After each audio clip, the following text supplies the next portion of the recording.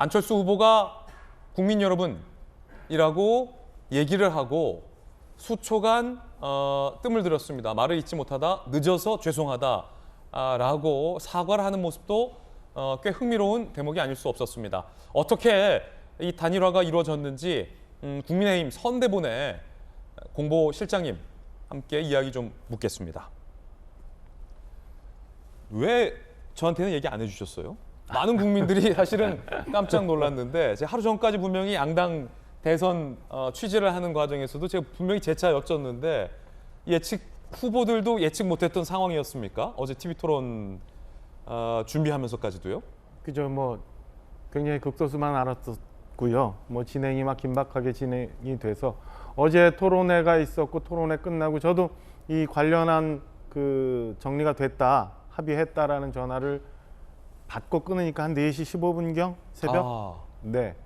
그러니까 그 사이에 일들이 많이 이루어졌어요.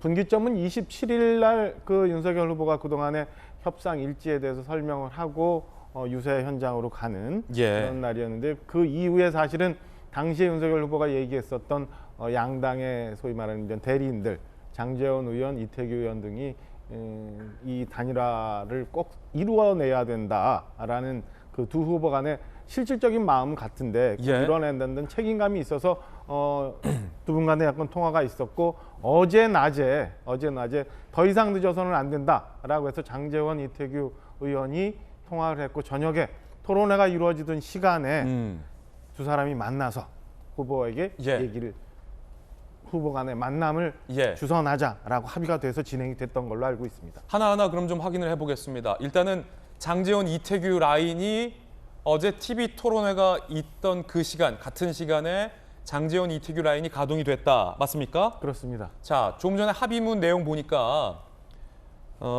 대선이 끝나고 국민의힘과 국민의당이 합당을 하겠다라고 후보들이 직접 선언을 했는데 당과 당이 대선 끝나고 합당한다라는 것 합의된 건 맞습니까? 일단은 오늘 아침에 이제 후보 단일화에 대한 발표를 하고 그 사이에 이준석 당대표도 뭐 대선이 끝나고 나면 일주일 내에 합당 논의를 시작하자라고 얘기를 했고요. 아, 그렇습니까? 네. 이준석 대표는 지금까지 표면적으로는 안철수 후보와의 단일화에 굉장히 부정적인 의사를 내비쳤는데 이 대표가 오늘 아침에 선언을 했습니까? 그렇게 페이스북에 글을 올렸습니다. 합당을 추진하겠다고 이 대표가요? 그래서 지금 뭐 이준석 대표도 그동안 여러 가지 뭐 걱정스러운 말도 있었고 하지만 사실은 늘 말씀드렸던 것처럼 잘 되기 위해서 전략적인 스탠스를 잡고 그런 상황에서 있었기 때문에 이거 결국에는 좋은 물건을 만들어내기 위한 그 대표로서의 역할이었다라고 유권자분들이 생각해 주시면 될 것 같습니다. 그러니까 이 대표의 지금까지 어떤 단일화에 대한 부정적인 것은 어떤 전략적인 발언이었고 속내에는 단일화를 염두에 두고 있었다. 그럼요. 그러니까 27일 날 후보가 얘기했던 것처럼 문은 열려 있으니까 안철수 후보께서 언제든지 얘기하면 만날 수 있다라는 게 최종적인 진심이었고 저희 내부적으로도 사실은 그 마음을 갖고 선거를 계속 진행하고 있었습니다. 단일화에 합의했어요. 인수위부터 함께하겠다. 공동으로 정부를 운영하고 공동으로 정권을 교체하겠다라고 합의했는데 안철수 후보는 그럼 사퇴하는 겁니까?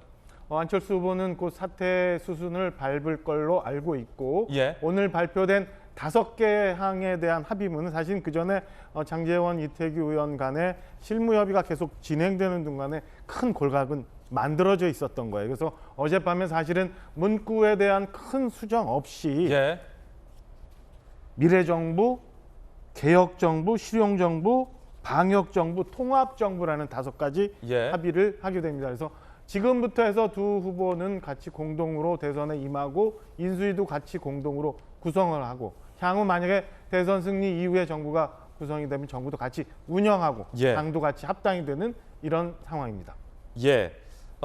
국민의힘 선대본에 박정하 공보실장 모시고 이 단일화 막전막후에 관한 궁금증과 이야기 가장 정확하게 지금 저희 김재의 돌직구쇼에서 전해드리고 있습니다. 그러면 안철수 후보가 조만간 사퇴를 하고 윤석열 후보의 유세에 동행을 합니까? 왜냐하면 사전투표가 이제 하루밖에 안 남았고요. 본투표도 불과 며칠 안 남았거든요. 그럼요. 지금 원래는 단일화가 결단이 되기 전에 오늘 일정은 6박 7일간 이제부터 윤석열 후보는 무박 유세에 들어가는 일정이었고요. 안철수 후보는 서울 유세 일정이 잡혔는데요. 저는 그걸 지금 조정 중에 있는 걸로 알고 있습니다. 그래서 극적인 모습으로 유세를 같이 하는 그런 상황을 준비하고 있는 걸로 알고 있습니다. 예. 자, 그러면 다시 한번 확인해 보겠습니다. 어제 TV 토론이 있었던 8시부터 후보들은 대리인들의 협상이 어떻게 되는지 실시간으로 보고받지 못한 채 토론에 임했다라는 말씀으로 이해해도 됩니까? 그렇죠. 토론회가 어제 아시는 것처럼 10시까지 진행이 됐고 윤석열 후보는 10시 이후부터 뭐 긴급하게 촬영을 해야 되는 일이 있었어요. 그래서 예. 그 사이에 토론회 이후에 시간이 잡혔고 장소와 시간도 토론회 이후에 잡혀서 아주 긴박하게 극적으로 단일화 타결이 됐다라는 예. 말씀을 보고드립니다. 자, 이제 어떻게 이 심야에서談判이 이루어졌는지에 대한 과정, 저희들이 취재한 내용, 조간신문들이 보도한, 조간신문 보도는 없습니다. 오늘 단일화에 관한. 저희들이 취재한 내용과 채널A 정치부 기자들이 직접 현장에서 취재한 내용들 지금부터 상세하게 저희들이 보도를 해드릴 텐데 그 전에 한 가지만 더 확인하겠습니다. 안철수 후보의 조금 전 국민 여러분 늦어서 죄송합니다라는 발언의 메시지는 어떤 뜻입니까? 단일화에 늦어서 죄송하다라는 말씀으로 이해해도 됩니까? 저는 안철수 후보가 등록하던 날 구체제 종식과 압도적인 대선 승리, 정권 교체라고 얘기했던 원칙을 늘 갖고 있었다고 봅니다. 그래서 오늘 늦어서 죄송하다고 말씀드린 것은 국민들이 바라는 압도적인 대선 승리와 정권 교체를 위해서 본인이 그동안 윤석열 후보의 답을 기다렸긴 했지만 사실은 27일 이후 며칠 동안 이 건에 대해서 본인이 결단이 여러 의견을 듣는 과정 속에서 좀 늦어졌고 답을 늦게 드린 거라는 취지로 해석을 하고 있습니다. 결국에는 안철수 후보가 끝까지 완주하겠다라는 말을 밝혔지만 단일화에 대한 의지는 처음부터 줄곧 있어 왔다라고도 분석이 가능할 것 같습니다. 다시 한번 말씀드립니다. 안철수 후보는 사실상 사퇴 수순을 밟게 되고 윤석열 후보의 선거 유세에도 동행을 할 것으로 보인다라는 게 국민의힘 측의 이야기였습니다. 두 후보가 전격적으로 단일화에 합의를 했고 인수위 때부터 함께 공동으로 정권을 운영하겠다라는 선언도 합의했다라는 말씀 드리겠습니다. 어떻게 이 같은 단일화가 이루어졌는지에 대한 내용 차차 전해드리기 전에 민주당의 입장도 한번 들어보겠습니다. 조금 전 우상호 의원이 입장을 내기도 했는데 단일화, 윤석열, 안철수 두 후보의 단일화에 대해서 우상호 의원이 민주당의 우상호 의원이 굉장히 비판적으로 얘기했습니다. 자리 나눠먹기 야합이다라고 비판을 했습니다. 민주당은 어떻게 보십니까? 왜냐하면 하루 전에 김동연 후보가 이재명 후보의 지지를 선언하고 사실상 사퇴를 하지 않았습니까? 예.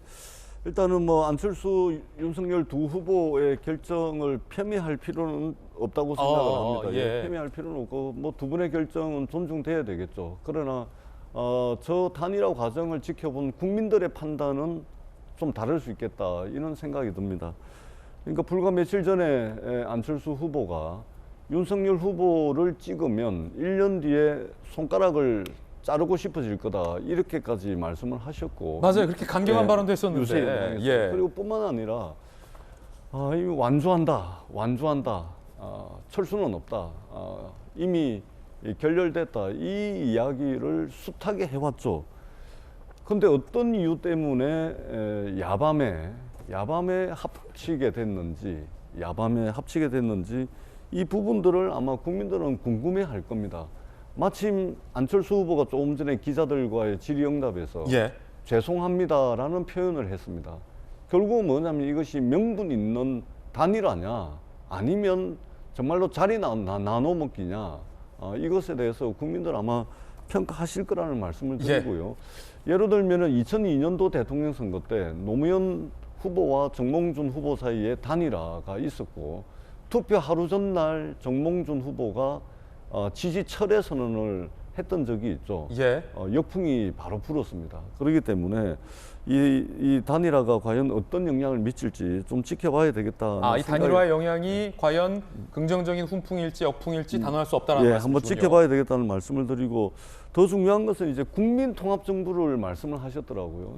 국민통합정부는 이재명 후보의 트레이드 마크죠. 그래서 진영을 가리지 않고 정책의 출처를 가리지 않고 국민에게 도움이 되고 나라에 도움이 되는 것이라면 다 쓰겠다라는 것이 이제 이재명 후보가 오랫동안 이야기해왔던 국민통합정부였는데 안철수 윤석열 후보가 갑자기 이제 국민통합정부를 들고 나오는 것도 상당히 이제 뭐 야심한 시간에 합의가 돼서 이 문구를 어떻게 정해야 될지 뭐 미처 고민을 못해서 국민통합정부라고 썼는지는 모르겠지만 상당히 우리 많은 국민들이 좀 의아해할 가능성이 많고 특히 안철수 후보의 소신은 조금 전에도 다당제가 나의 소신이다.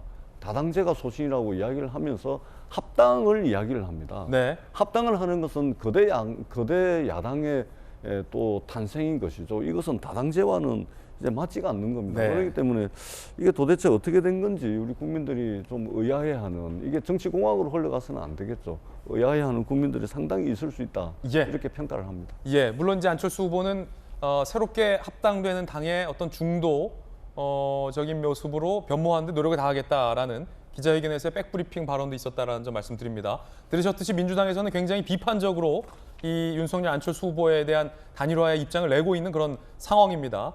여야에 대한 어떤 이견도 잠시 후에 저희가 또 발언권을 차차 드리도록 하겠습니다.